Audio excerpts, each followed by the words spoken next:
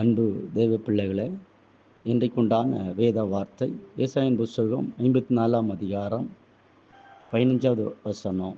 இதோ உனக்கு விரோதமாய் கூட்டம் கூடினால் அது என்னாலே கூடுகிற கூட்டம் அல்ல. எவர்கள் உனக்கு விரோதமாய் கூடுகிறார்களோ அவர்கள் உன் பட்சத்தில் வருவார்கள் என்பதான தெய்வ வார்த்தையும் இந்த நாளில் தேவன் நமக்கு கொடுத்திருக்கிறார். இதோ உனக்கு விரோதமாய் கூட்டம் கூடினால் அது என்னாலே கூடுகிற கூட்டம் அல்ல.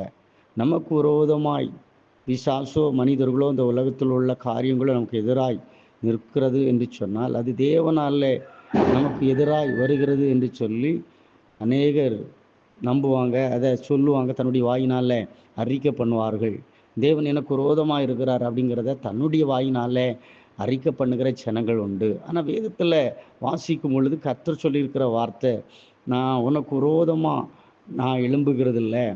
இந்த கூட்டம் உனக்கு விரோதமாக கூடுகிற இந்த கூட்டம் அது என்னாலே கூடுகிற கூட்டம் அல்ல.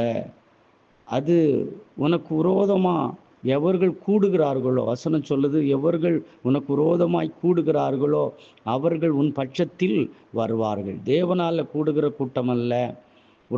நமக்கு விரோதமாக எழும்புகிற ஜனங்கள் தேவனால் நமக்கு விரோதமாய் அனுப்பப்பட்டவர்கள் அல்ல. நமக்கு விரோதமாக யாரெல்லாம் கூடுறாங்களோ அவங்கள தேவன் நம்முடைய பட்சத்தில், நம்முடைய பக்கத்தில் கொண்டு வருவேன். அதாவது உனக்கு சாதமாக்குவேன். உனக்கு அவர்கள் ஆசீர்வதிக்கிற படியாக இருப்பார்கள். அவர்கள் உன் பட்சத்தில் இருப்பார்கள்.